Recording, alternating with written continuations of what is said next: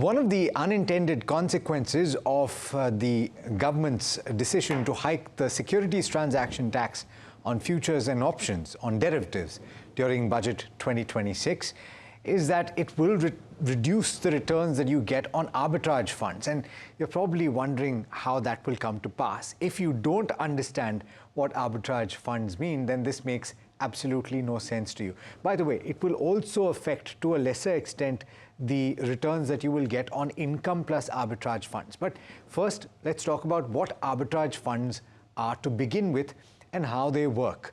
They are listed as hybrid funds, but they offer equity taxation. Now, arbitrage funds make use of what is called a cash futures arbitrage in the equity market. Fund managers essentially look for what is called a spread.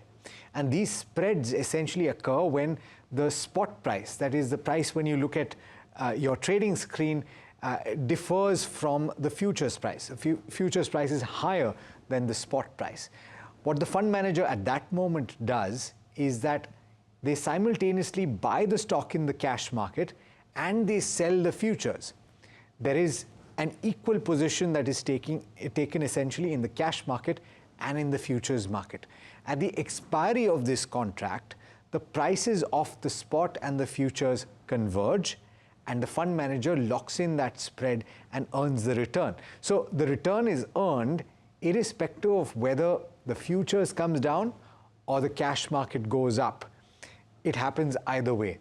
So the arbitrage fund, of course, benefits from heightened volatility. And what that means is, and this is described in the Indian equity market as a VIX, or volatility index. If you see heightened volatility, then that's always a good thing for arbitrage funds, because usually that incidence of that spread will happen much more often.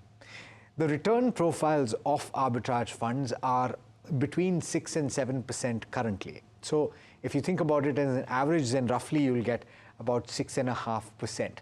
Now, let's come to what has taken place. In the budget for 2026, you had the finance minister say that from the 1st of April, the securities transaction tax on futures would be raised to 0.05%, and that on options premium would be raised to 0.15%, and on options exercises as well, it would be 0.15%. But then for us and arbitrage funds, the increase on futures is what is operative. And what that will do essentially is, if you think about it, that higher STT will eat into the spread that is earned on cash futures arbitrage, because you will have to spend more as a fund in order to get into that transaction and to sell those futures at the end of the day, right? So, or at the end of the contract, essentially. So the impact, according to various sources, and we've spoken to mutual funds as well as to experts in the space, and they say that it could be 20 to 30 basis points. So if you were getting 6.5%, you will essentially get 6.2%.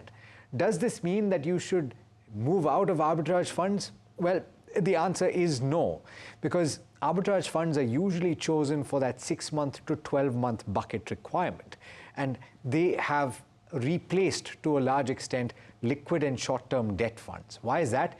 It's because all debt funds have their returns that are taxed at slab rate.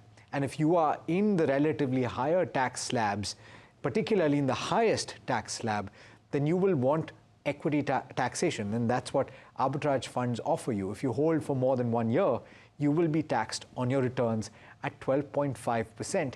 And even the short-term capital gains tax in several instances is lower than what you would pay for a debt fund. So that tax treatment ensures that despite the increase in STT and the reduction in expected return, the arbitrage fund will continue to be beneficial. I hope that this has been helpful to you, and this brings us to the end of this edition of Your Money Matters. Thanks so much for watching. This is NDTV Profit.